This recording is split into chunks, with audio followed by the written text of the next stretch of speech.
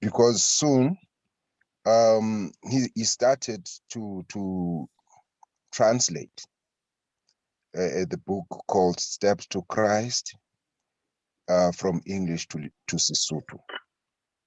And then at a later stage, he left for Lesotho. And part of his work has to do with the development of a school, a mission school there, which is called Emmanuel. That Emmanuel school belongs to the Seventh-day Adventist Church. And that school is responsible for the evangelization of a lot of people in that particular country.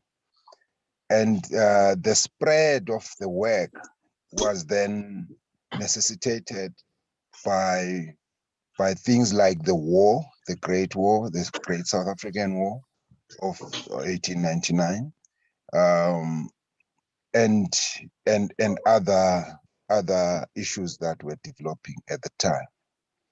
So then David Gallagher becomes this huge figure that for some reason South Africans are not actually told about, or even say, I would sometimes think that we, the children of SDA, even when we are thinking about church history, we usually don't necessarily focus on the works of people like David Gallagher. So David Gallagher is such a huge figure, and has then continued to contribute in the work of the church. And then the second person that I usually like to pair David with is Richard Moko, as I have mentioned. Richard Moko is seen to be, and is understood to have been in Gqeberha, then Port Elizabeth. And he decided to close his shop because there was a promise of another gold rush that was taking place in Zimbabwe, then called Rhodesia, Southern Rhodesia. So he then took a train because there was this huge iron snake called the train. At the time, he took the train to Zimbabwe, and because the rail was ending in Johannesburg, he then dropped off at Johannesburg and then started walking towards Zimbabwe, and a mysterious voice came telling him to go back and you'll be led to some space and all of that. And then he went back and got on a train trying to go back to Cape Town now. But he disembarked in Kimberley, and this is where the voice that was talking to him regarding the message that he must get, kind of connected.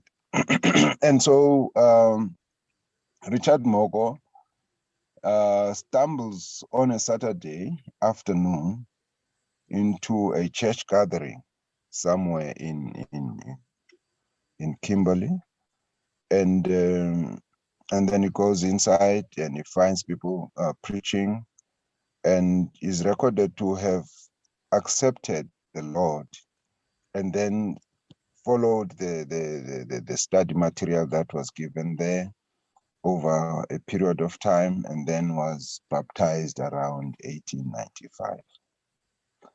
2 years later, he's seen preaching in Kimberley, and this is when he makes contact with people like David Gallagher. While preaching, they meet, and then David is converted, and and then he's getting baptized. But due to the developments around Kimberley, he then leaves for the Eastern Cape, He goes back home, and as he goes back home, he goes not to Gqeberha this time. He goes Kugombo. He goes Emonti. Goes to East London, and he resides there among colored people. And as he's there, he makes contact with Shaw,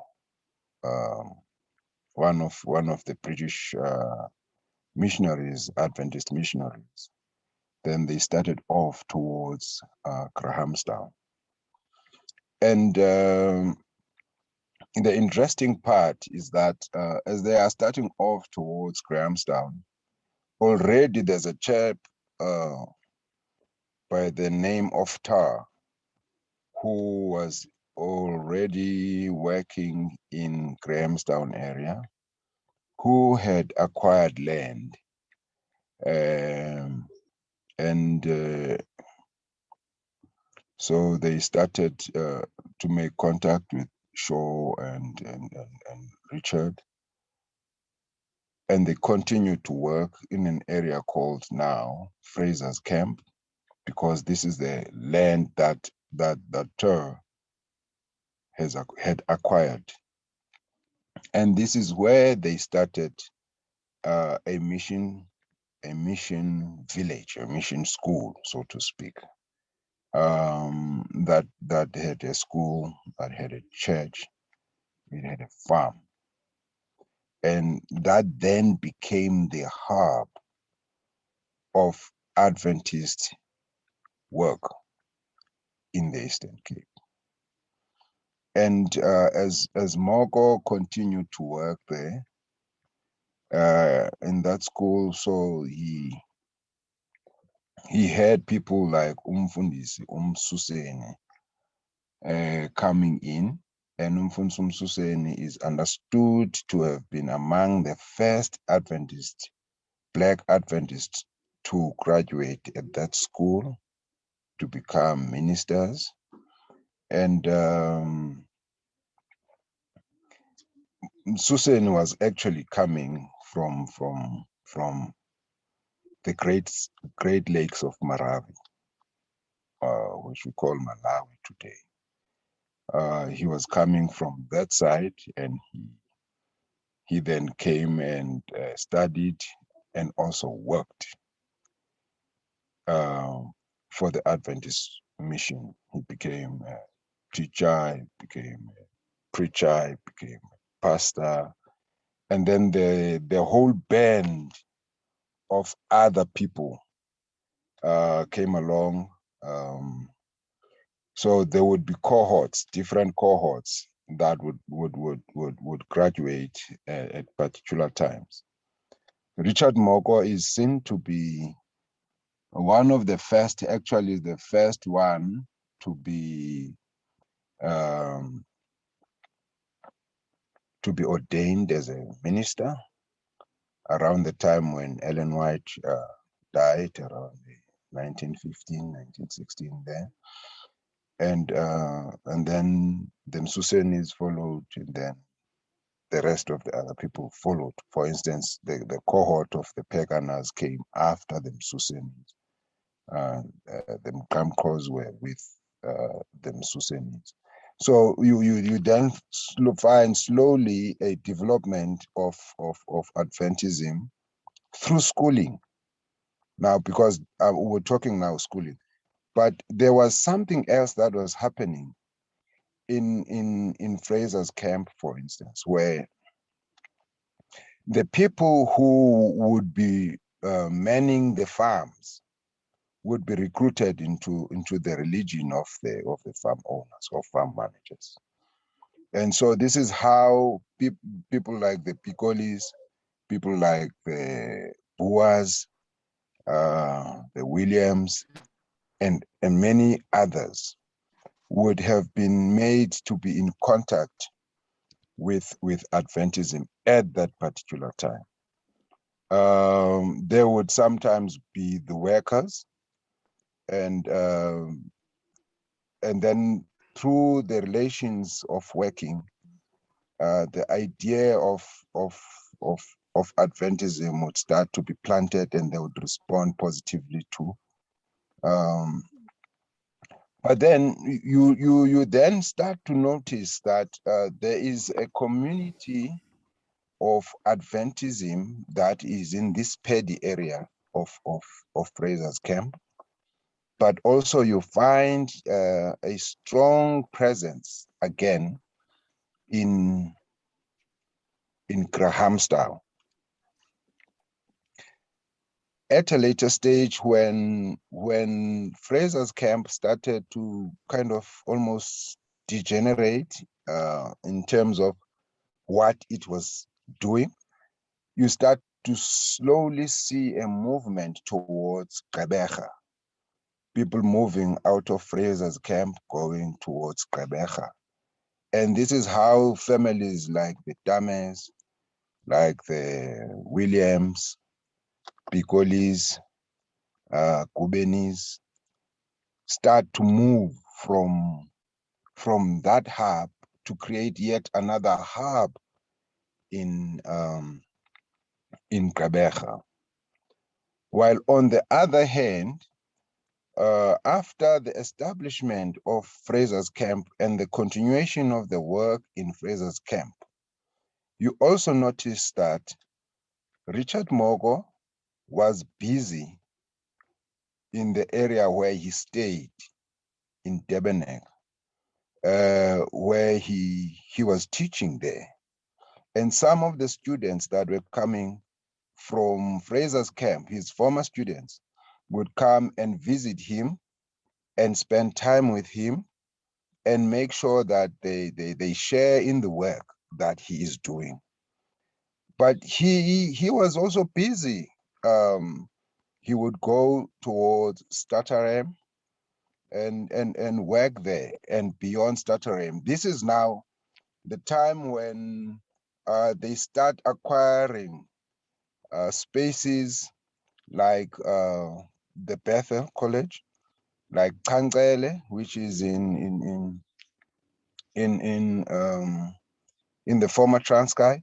So you start to notice is the slow movement of establishing institutions of learning, institutions of farming, and obviously the church community starts to slowly grow in those areas. He was also working in the areas of Heschel. So this is the work of Moko, trying to to open wide the net and making sure that there are quite a lot of people that convert to Adventism. And when Moko was baptized, he was baptized along two brothers that were colored, who came back to Cape Town to start working in Cape Town among the colored communities to do evangelical work and all of it.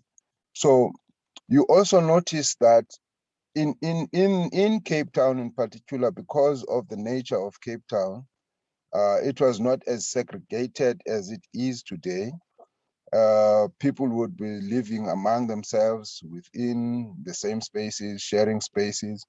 You start to also see the developments in Cape Town, people in the CBD, the Cape Town CBD, people that were also in District 6 and Simonstown, Retreat, and all those different places. You also, this is work that is happening simultaneously at times, where you see the work of the church starting to grow in nodal points.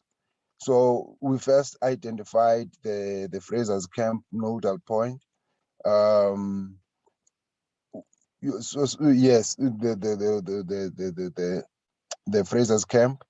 Then you see the nodal point of Grahamstown, and Grahamstown was mainly because of the strong British settler presence, because those people were mostly the first generation of children of the 1820 settlers that came to South Africa, who may have been Adventists, like Ter.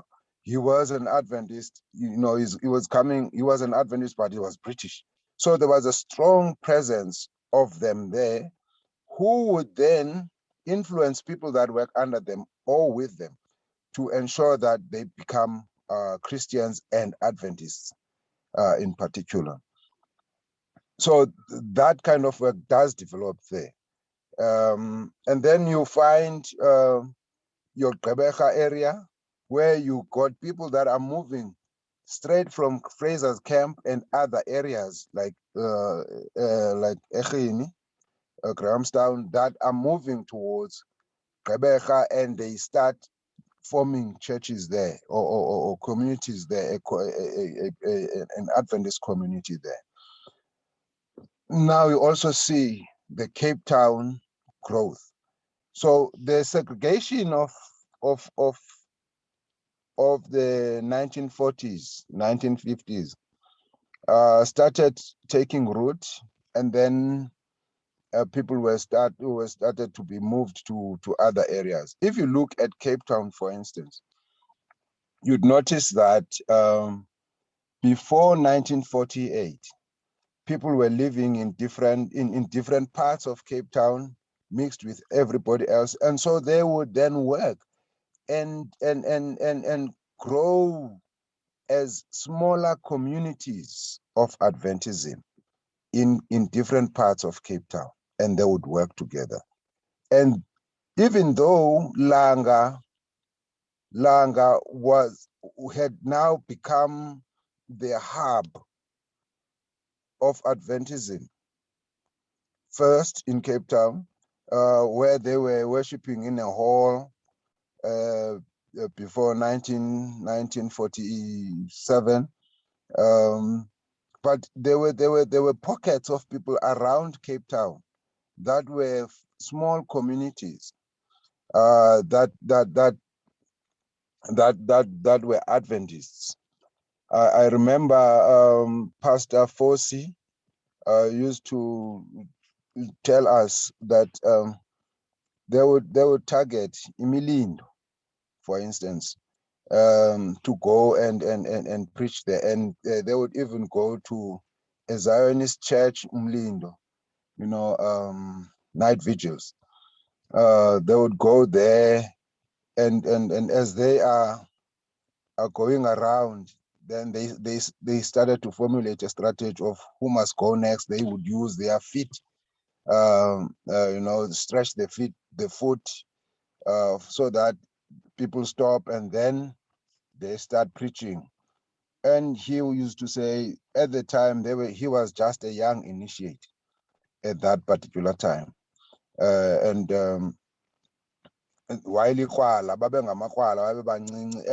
so they started to do the work there as well. And then Cape Town grew, and it became an Adventist community, but in pockets. And then after 1948, when the forced removal started, they started then to work, around Langa, and then in Nyanga West. I think the first one after Langa was Nyanga East Church, and then after that it was Nyanga West. But in Nyanga West, people were worshipping according to the areas they came from. People from Simonstown would be on their own, people from District 6, Cape Town, and others. So then that started developing the work of Adventism in the Cape Town area. But Langa was still seen to be this hub, to a point that at some point Langa Church, the old church, the smaller church, used to be an area where they would also conduct their camp meetings. So you find a sense that there was that growth taking place there. And there would be issues or places like Bethel College and Tlambe, that would also be contributing a great deal in terms of the SDA communities in the areas of Dujwa, Gcuwa, Mthatha, and then the presence of strong people like Pastor Pekana in that particular area makes a lot of his contribution to be understood clearly as one of the pioneers of our church. And then you go to places like Mthatha, HM Ngabisa, the pastor, late pastor, and a number of others. They were working in those particular spaces. The same you'd find with Chancele. Chancele, in as much as it was a school, it also became a hub, agricultural hub, where people were actually recruited to come and become Adventists. And to this day, we've got people who stayed in those areas who are not necessarily Adventists today, but they appreciate a great deal of Adventism. So as the time develops, you find that there are pockets and pockets growing. You will find that the different towns. The different towns would have different ways of developing based on the different economical activities they would have. I know, for instance, that in Queenstown, it was a completely different ball game, where the Adventists were not necessarily farm workers or people that were working, in white people's homes or businesses, but they started their work there. And so you then find that Adventism is starting in smaller pockets, more of a more disorganized manner maybe, but there was a system that they then used, that of organizing these smaller pockets into companies and then develop them into churches. But they would then start to report elsewhere. Now, one of the things when we talk about Cape Town that we would wish not to miss is the presence of Helderberg College and the development of the Sentinel Publishing House. Those would have been the two main drivers of strengthening the roots of Adventism in Cape Town, because some of the people like Otatu Yugutwan came in to work in Helderberg, and they recruited their friends and neighbors to come and work and find work where they were. And once they are there, once the friends have come for the job, then they start evangelizing them. But also they are evangelized by the space itself, because the people that are in these spaces, they behave in particular ways. They have certain rules and regulations that they are following. Those that are mainly bringing them much closer to Adventism than anything. For instance, they wouldn't be working on Sabbath. The last time they would be working in all of these institutions would be on Friday. By Friday noon, everybody had stopped working and everybody is busy preparing for Sabbath. And so there's no work on Sabbath, on the Sabbath day. And then the leading figure of the institution itself is seen to be at the head of organizing this church situation with them.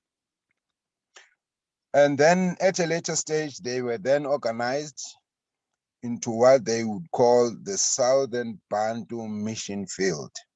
So by the 1940s, Adventist work in South Africa was already organized, reporting to the Southern Bantu Mission Field.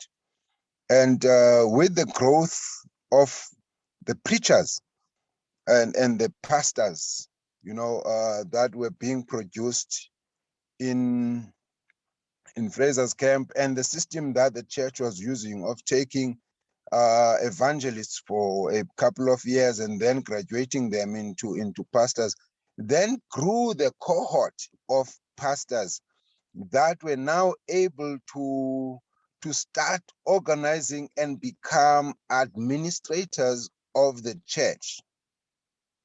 So this is how then Pastor Fosi is then brought into the space of leading the church from being the Southern Bantu mission field to become the Southern Conference. Then once they became the Southern Conference, then the church was now under black management, because Fosi inherited the mission field from the white Adventists.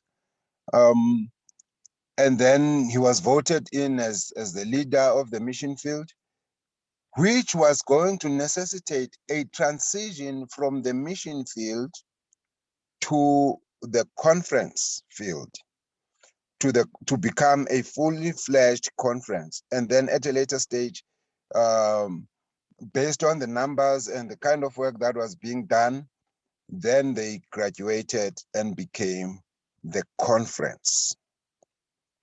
And Pastor Fosi was leading that process until his death.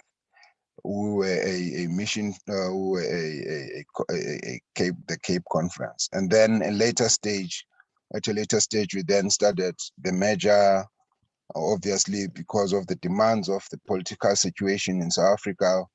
We then started to embrace the issue of merger, and then we now merged at a particular level. The Coloureds and the Africans were made to merge, but the whites refused. And then at a later stage, we also merged all of the conferences. But mainly, the work of the Adventist Church has been greatly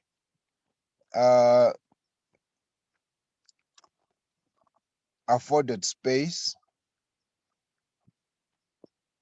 by its institutions and by some of the key individuals that made a lot of their contribution to the church. The people that took their children to Bethel College knew that they were going to get an education, but also they are going to get Adventism. So, for instance, the institution of Bethel College would then become the facilitator of sharpening the tools of understanding Adventism for those children, so that by the time they come back, they become sharper and they can actually assist the process of evangelizing their own spaces, and also to teach them practical skills like teaching, like preaching, so that they can become key contributors as well in their own spaces. The same would be the case with Tankele. The same would be the case with Temba. But what was interesting in the whole situation was that was the role that Helderberg College was playing. Even though Helderberg College was set out to be a white institution that would serve white interests. Um, the tuition that was coming from Heidelberg College would be the tuition that is given to some of the key people who would play key roles in developing the work uh, in the different spaces. So it was arranged in such a way that it becomes this tutelage for black leaders or those people that are promising, people like Otatu Pikoli, like above Omfunsu, Ofosi and others, would then be at the earlier stage, they would be drawn in just to be given crash courses on this and that, and then afterwards they are left on their own to continue to do the work. And this is the kind of criticism that Professor Crocombe was having when it related to the work of Heidelberg. That Heidelberg, in as much as it was an Adventist institution, but it was an institution of racialism and an institution that was seen to be trying to spoon feed certain agendas to certain key leaders without it being present in the spaces themselves, but they would know that they would set the tone for these key leaders and would leave them so that they go influence other people. Uh, Even though the work that must be done, like gardening and other things, yes, you would have your Africans doing, but they can't be employed in meaningful jobs. But also they were not seen to be accepted to be equal participants even in the studies. So the times or the epochs or the periods where a specific way of political thinking was abounding in South Africa, it actually affected how the church operated. And this is what led to the great questioning of the 1960s, where you find in the 1960s, not the old people, but the students, particularly those students who were in universities, started to say, look, we can see that our church is organized. It provides certain educational requirement or needs, but it does not satisfy all the needs. And we wish to be seen to be accepted by the church, because if you were not studying in the Adventist institutions, when you are an Adventist young person, there was an element of casting you aside. So those young people of that particular time started to say, no, look, that we are studying in secular institutions is sometimes not our own fault. Sometimes it is because of the set conditions that we find ourselves in. And probably we are not even accepted at the institutions of learning of our church. But sometimes our church is not providing the kind of skills we're looking for. So the fact that we're studying in these institutions does not necessarily make us to be secular as well. We still remain to be Adventists. So let us be recognized for being Adventists, even though we're in these different institutions. And this is how SDASA is now started. Around 1967, the people started SDASA. And then you start to see that in different campuses, not only the campuses of Heidelberg, actually it was not Heidelberg, not only the campuses of Bethel College, which was the only college we had at the time, or Emmanuel in Lesotho, or Temba, or whichever other Adventist school, will you find Adventist students? You will find them also in different secular institutions like Durban, Westville, uh, Fort Hare, University of the North, and the other institutions, because of the requirements that they needed to have at the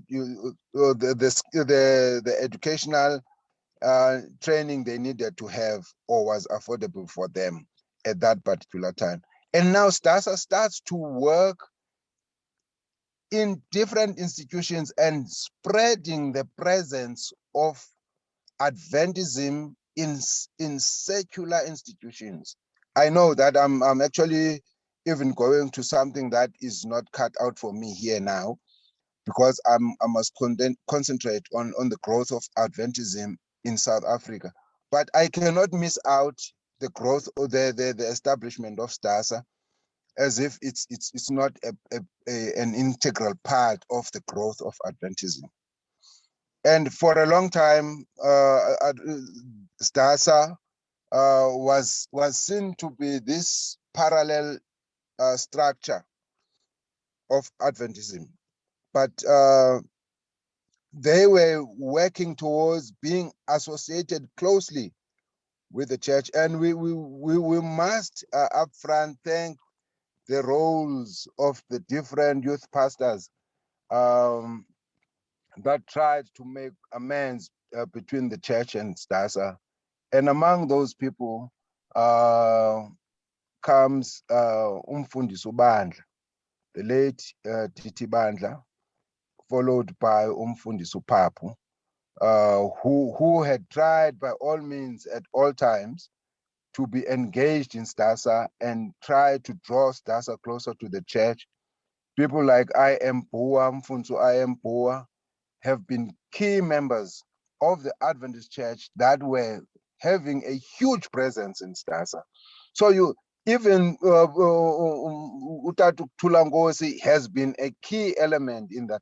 So you find that STASA now, instead of becoming a regional structure, it is actually becoming a structure that transcends the regionalism that has been entrenched by the organization of the church, which is like you would say, no, we come from the Southern Conference, others are coming from TOC, others are coming from this and that, and therefore we cannot meet. But STASA was now melting the walls there and was necessitating and facilitating the intercultural learning that would have to happen among Adventists in the first place.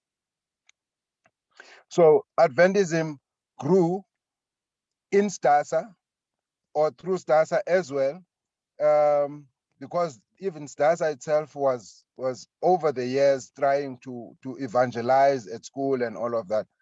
But bringing all of these together, you find that we only meet at SAU if we must meet as Adventists in South Africa.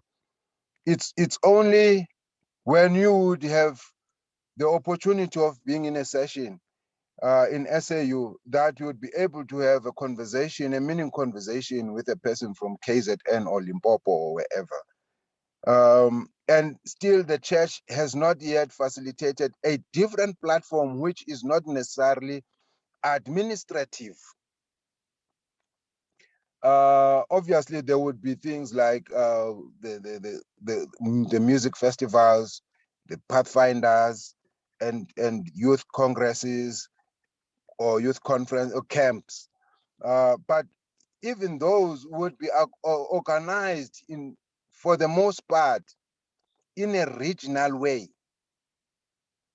In a regional way where you find that no, it's actually people from this conference and people from that conference, and once in a while, if the presidents see eye to eye, they can then start working across conferences and yet we were supposed to work across conferences. It's only at the time when you seek labor that you are able to start appreciating people from a different conference. So the work that the Adventist Church is doing is great, and it's supposed to be great. But I think there's a missing link now. Maybe we were too focused on pigeonholes than looking at the bigger picture and appreciate each other even more. So I think Sir Jigs, I want to kind of summarize my input by saying the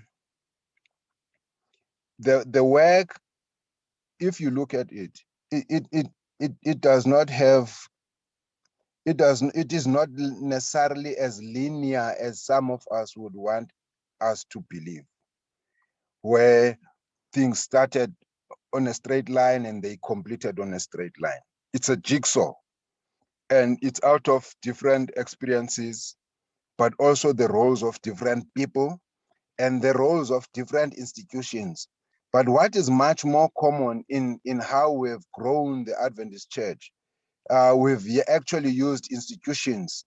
We have used its institutions, the learning institutions in particular, and the working institutions, and then the church institution itself. That those would have been the key drivers of the growth of Adventism in South Africa.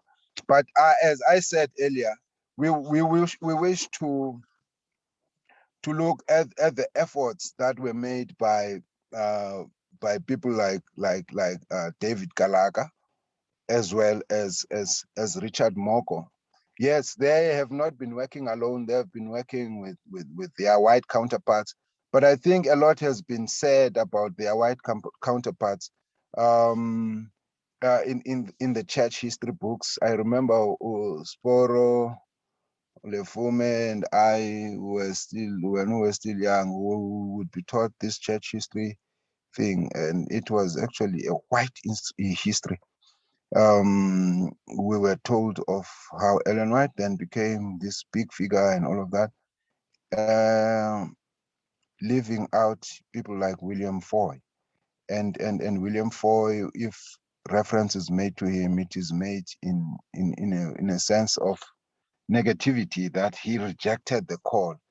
And yet at a later stage, we then learned that actually he did not reject the call. It is him who was rejected because he was a slave. He was a former slave. So, you know, it becomes difficult now to ignore the people that have made strides, but are not necessarily recognized for the strides they have made. For this church work to get to the level to which it is. Some of the pastors will tell you that the church developed through a huge sacrifice mode of those people that that were involved in it in the early years. Issues of payment, allowances, and this were somehow not seen to be as important as they seem to be today. The people sacrificed a great deal. They did the work at their own expense, and when things started to be, to be organized, there were people that would receive letters instead of paychecks, on their post. Apparently, the salary was posted, so you get your envelope from the post office, and instead of getting money, you'd get a writing, a verse that says, "The just shall live by faith," and yet you've been working the whole month. But today it has developed to something different. People are getting paid and stuff. So there are huge sacrifices that people have been making, and In all that I have said, sadly, in all that I have said, nothing says anything about women. And yet women have played a significant role in the development of this church. And the reason for that is that they are not even recorded in the history books of our church. And I think that we need to start a campaign where, as we continue to search and write and think about our church development, we also start to give focus to the role of women in the development of this church. Thank you, sir.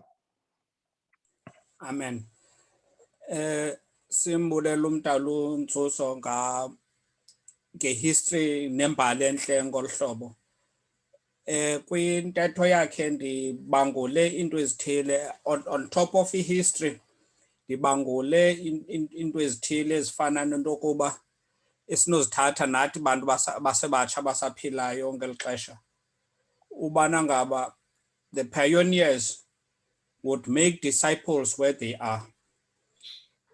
Okwesibini, when you are an employer and you have employees, don't just give them money, also influence them to become Adventist. And then also there was another element that sometimes you don't necessarily have to make people Adventists, but you can make the communities adopt Adventism principles, and that's good enough. Yeah.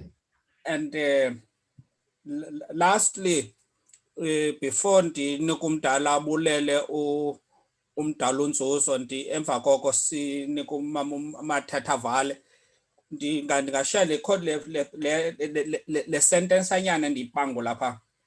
Contribute in your space in terms of character, principles, and then teachings. And if wenza loo nto, then you participate, then you add. Mdala, andikho sure if uzawufuna i-participation, but ndibonile apha kwi-chat zikhona nee-comments ezivelayo, but eza comments I think ndizazinikela phaa kwiqonga, like ubana as sithetha ngale heritage I'm sure izawuvela into yobana when did we get uncwadi, when did we get lessons, when did we get manuals, not necessarily today.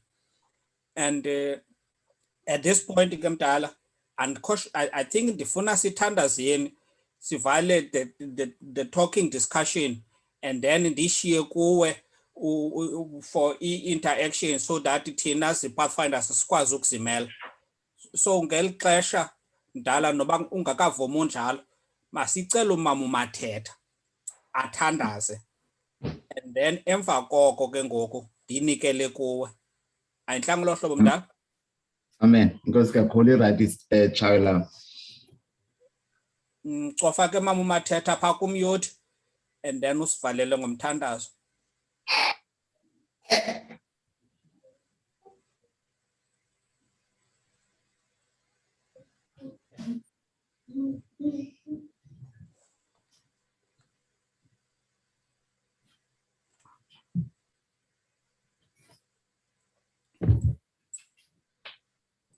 Cofa nje eskrinini green kuzawuvela ke ngoku laa ndawo inomyuthi. Ivelile. Okay, thank you.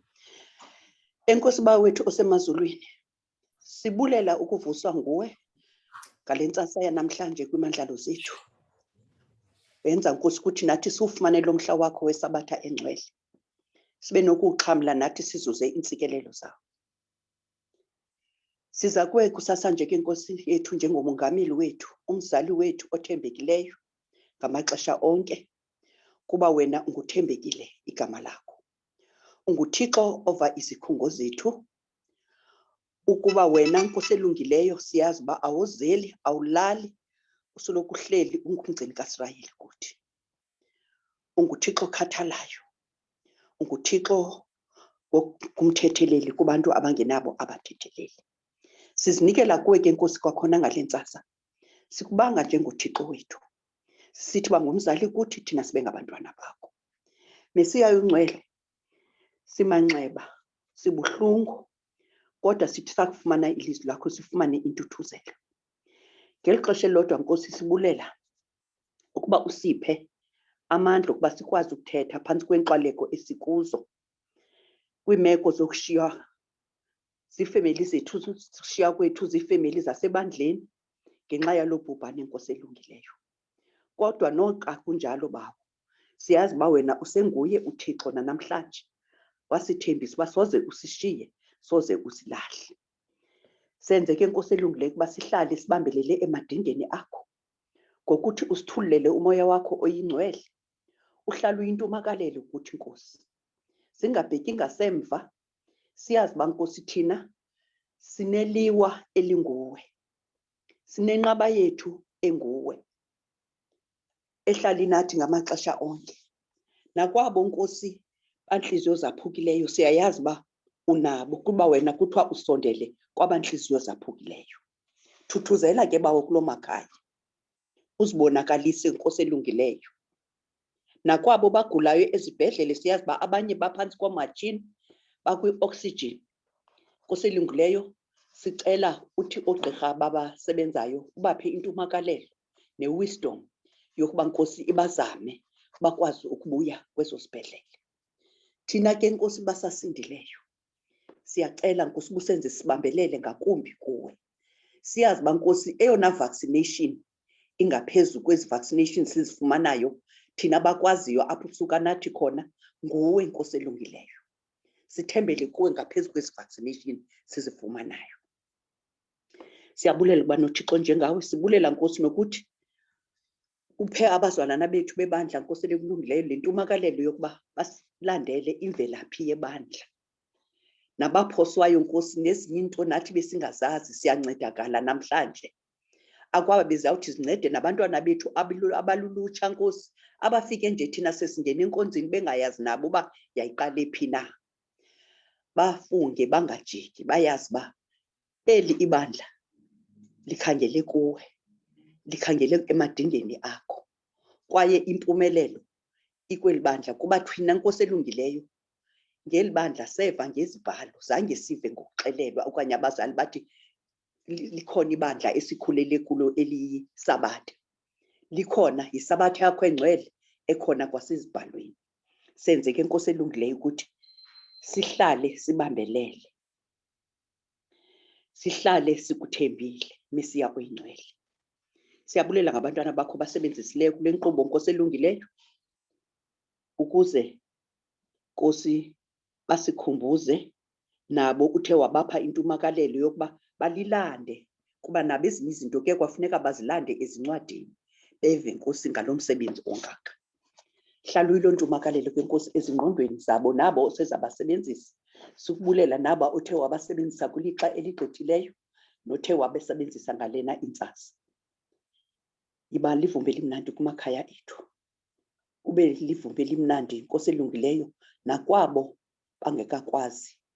Uchane inhliziyo zabo Nkosi elungileyo, lide lifike ithuba lokuba bakwazi uba ukhona uThixo njengawe. Ukuba kungenxa yethu Nkosi uba bade babe abakayava ngawe, abayazi yonke le nto, siphe Nkosi intumakalelo uba Nkosi sikwazi ufikelela kubo noba kungayiphi na indlela. Sibaxelele ngobuhle bakho Nkosi elungileyo namadinga osibekele wona.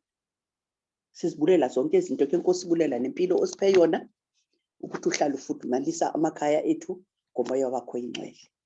Uhlala uhleli nathi ezintweni zonke. Siyazi uba alikho elinye igama ngaphandle kwegama lakho Yesu. Sizicela izinto zonke Nkosi, sithemba ukuthi nenkqubo esisaza kulandela kuya kuba nazo ngolu hlobo benayo nalena inkqubo. Lo ngumthandazo wam nguYesu obuyayo. Amen. Amen Grand. Siyabulela kakhulu. Dala ndinikela kuwe ke. Mama uMathethu uyawuphinda ucofe phana and then uzimyuthe xa ufuna singakuva. Sinikela kuwe ke mdala. Ndibaleke andizophinda ndithethe mna ngokuya, sikuyivale ngofefe ke xa uwawugqiba. Amen. Amen. Thank you, Kakulu. Dalo Chibiliza siyabulela. Please, friends, accept, allow me not to put on the camera this morning. We want to express our gratitude to Mama Teta for inspired prayer and a blessed one asinika yona this morning. Sibulele kakhulu kumdala wethu umdala uNzuzo. Thank you so much, my elder, for the time spent with Monte Vista SDA this morning and the presentation that was that was well done. Inspiring, empowering presentation that is so informative when it comes to the entry of the Adventism in South Africa. Friends, guest is our Nigana J5. We are paku 7 minutes before Spukumbele ngofefe for people to make any comments or ask questions. Dalun Zuzu sekhona mos my elder ne?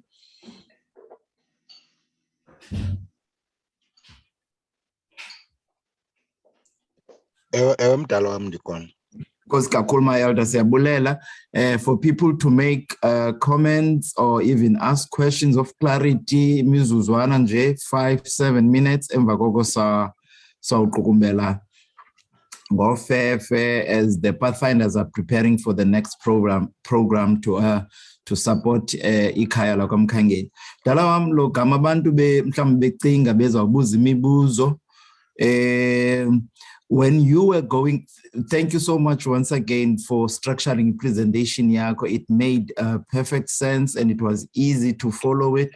We appreciate the hard work and the time spent in preparing for this presentation.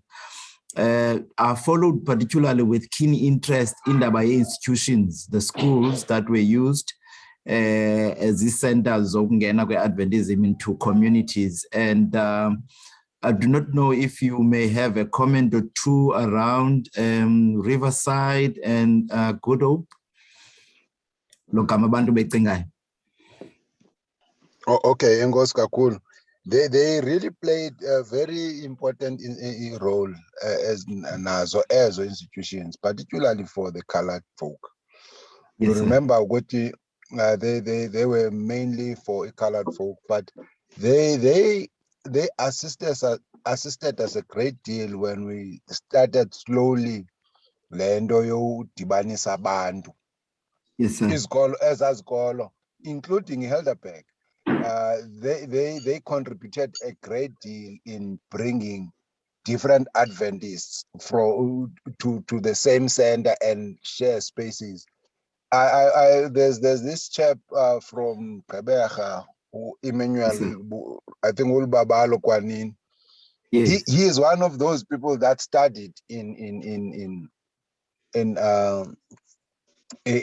Good Hope, and he was one of the examples of people who had made, inroads and understood the cultures, the culture of worship and stuff. As a result, he was sort of a different kind of a person because Definitely. of how that space afforded him. And then there's another institution I missed out completely. Voice of Prophets. Yes, sir. Voice of Prophets is one of those key institutions that played a very, very huge role, because it penetrated beyond borders and boundaries. Limit. Yes, sir. Once again, as I indicated earlier on, the insight that the Lord gave you in preparing this is amazing. As our coordinator Dala Uchibiliza was saying, who did a sterling job in summarizing the fact that you were able to touch on students, you were able to touch on workers, you were able to touch on the church and the communities, on individual and personal lives. How do we conduct ourselves as Christians? And I think you've given us as new branches that we can follow. As I was listening, a song came to mind, Le iti Singamasebe Alum Dilia. Uguti, there's so many branches. Yes, so many branches to this work. Ezinye zazo, they still need to be pursued. Ezinye zazo are branches of interest and history that we can still go find. Umzekelo ndicinga uTata Sihlahla, they used to tell stories about how they took the gospel, of course, with the grace of God, bengena nayo ko-Boland as far as or Beaufort West and all those places. I don't know, Mdala, you may want to comment on that. I'm not seeing any hands, and so any questions, they are welcome to more like barge in or interrupt, and then because I've got no one who's helping me to pick up hands and all of that, so that we can ask whatever questions or comments to Umdala Ndzuzo. Umdala Ndzuzo, any comment on what I've just said now? Yes, thank you. Yes, umsebenzi, you know, ube mkhulu wenziwa ngabantu different. uTata Sihlahla is talking, you know, he's one of those people that are well versed in terms of our church. He can lead you and tell you what we started, you know.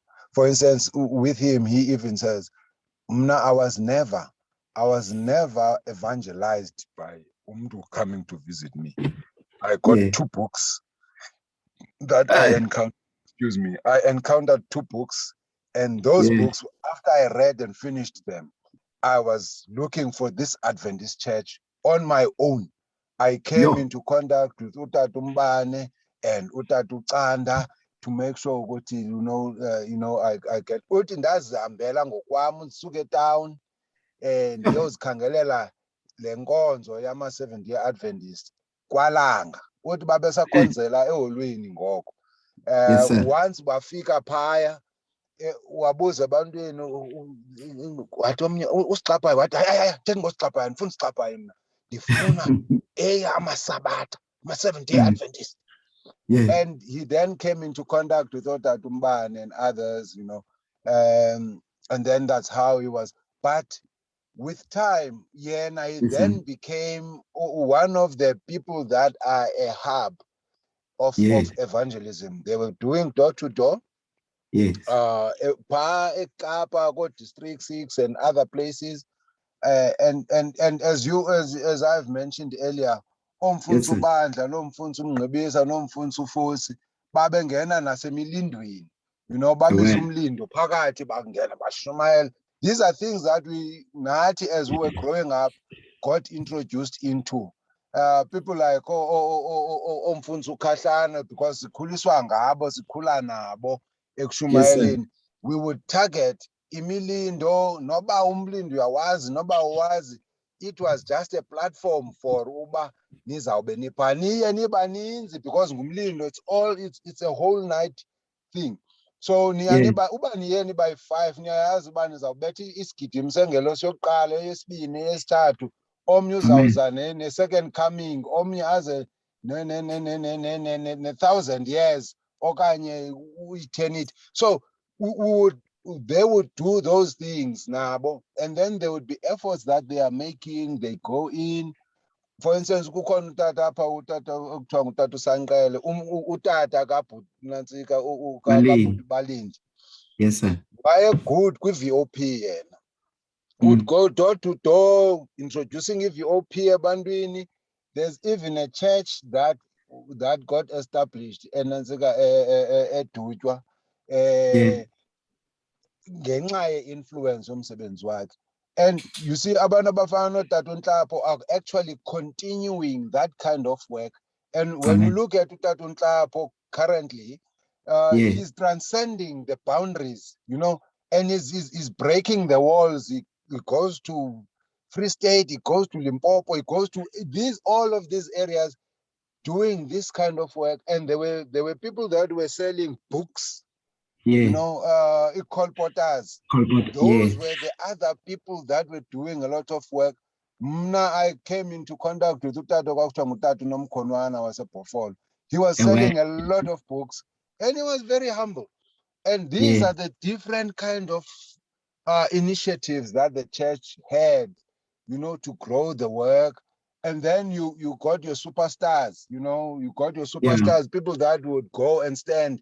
And once again, good platforms, benze efforts, Omfunzo Bandla, Omfunzo Fosi, Otatumani, you know, Omfunzo Ukahlana, and a lot of other people. And then you got other people that would be specializing in service work, you know. On the ground. Mama in particular, bona bebesebenza when it comes to these issues that Dokas. Udokas used to be a great movement. Amen. And yazi ba i-women's ministries yenze ntoni kuDokas le ibangele uDokas i-participation yomama in evangelizing or in preparing for evangelism in spaces of poverty and others or areas of distress had come to diminish nowadays. I don't know what happened, what women's ministries did to that, but I think abantu bafana no Mama Papa in Cape Town, for instance, no Mama Mlacha and a host of other mothers, you know, because it's in a tendency of you know, cream skimming. You identify the colorful ones, but there are other mothers as well who played. Even if it's small roles, but they played roles, and those stories must come to the front because they are worth listening to. Because you may find some of us, we don't have the energy or the power or the efforts of the great ones, but we may be having the energies, the powers, and the influence of the smaller ones. So if the smaller ones are not shared, then we will diminish our contribution by saying, okay, so then there's no role for me up, and yet there is a role, and we just need to highlight it. Yes. I think we need to pray harder and fast more to make sure that Uchiko does rekindle the spirit of service, the spirit of evangelism, the spirit of seeing others being brought to salvation.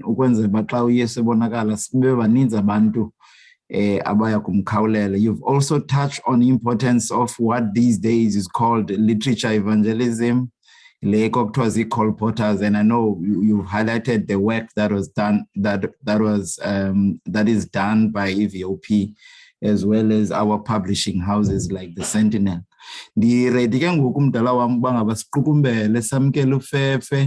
I'm gonna give just a second or two.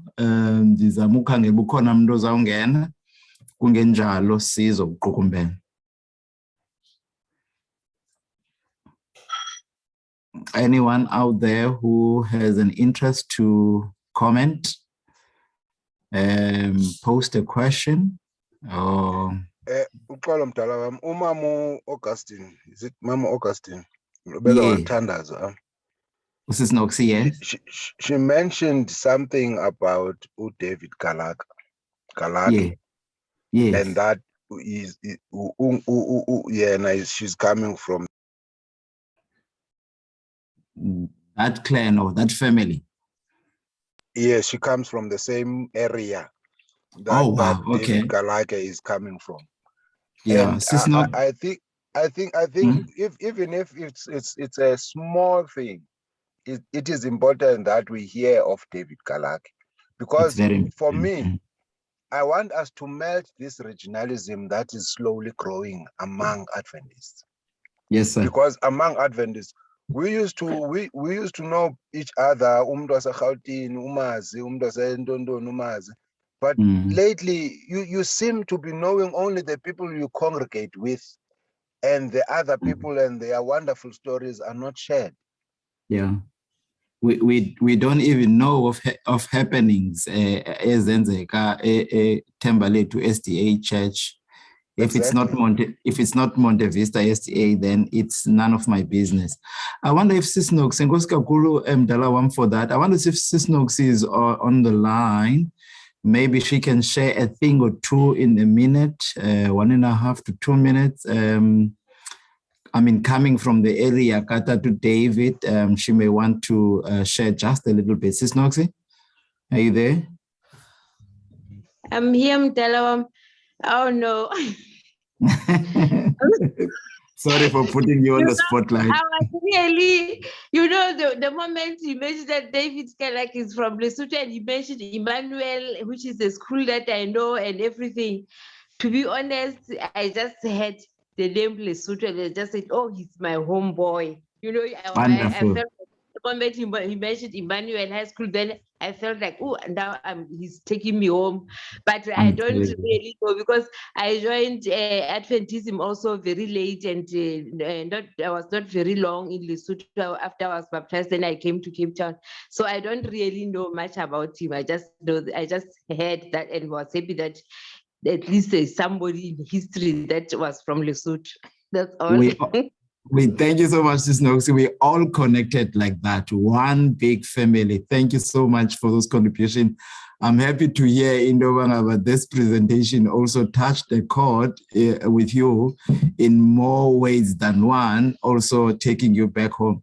That's wonderful. That's what Adventism is. As Umdala was saying now, there's many stories of people who would even travel abroad. When they get there, the first thing they ask about is where's the Adventist church. When they find, even if those people are Spanish, and there is difficult in terms of language, but the principles, the core values of Adventism would connect those people and make sure that they have a wonderful stay away from home until they come back. But thank you very much to you all. Thanks to the church. We are very much indebted to Elder Ndzuzo. We want to express our gratitude to him. We want to pray for a special blessing upon him, his life, his health, just about everything that he does, that may the good Lord always add and give a blessing upon his life, him and his life, him and his family. And that may he continue to minister to the church as he has done today. But Luvuyo Ndzuzo, I cannot. We cannot finish off this session without challenging you. Brother Mafan Uhlanga has done Nansika version 1 or edition 1. I'm sure in the near future we're looking at edition 2 coming from none other but Elder Ndzuzo. Is that a possibility?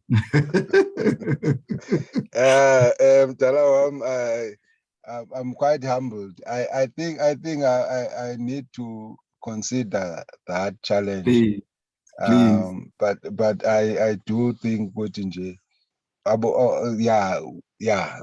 God willing, at some point we may get, even if it's a 25-page. We will share with you. We will share with you our these presentations are recorded and they are on the Monte Vista SDA YouTube channel. We'll share with you this recording to assist you with the writing. Thank you so much. That's appreciated.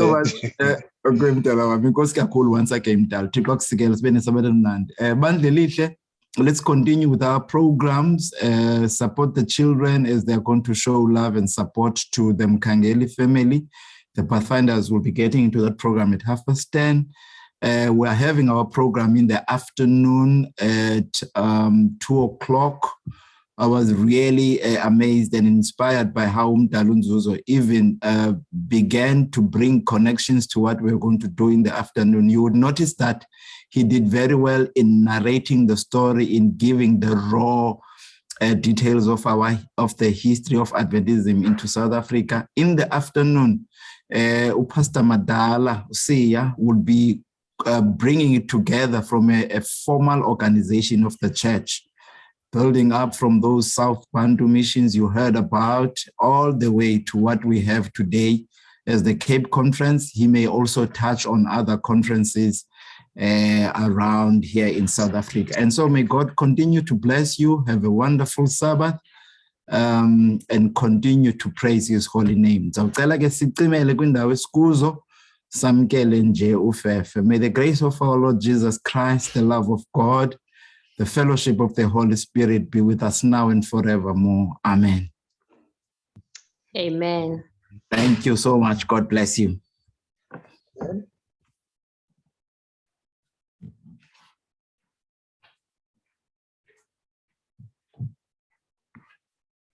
Bulela bandla, siyabulela mdala, bulela Oscar. Mdala Ndzuzo, Mdala Umpiane. Thank you so much for this insightful input, so valuable. Oscar, cool. God bless you, my elder. Thank you so much.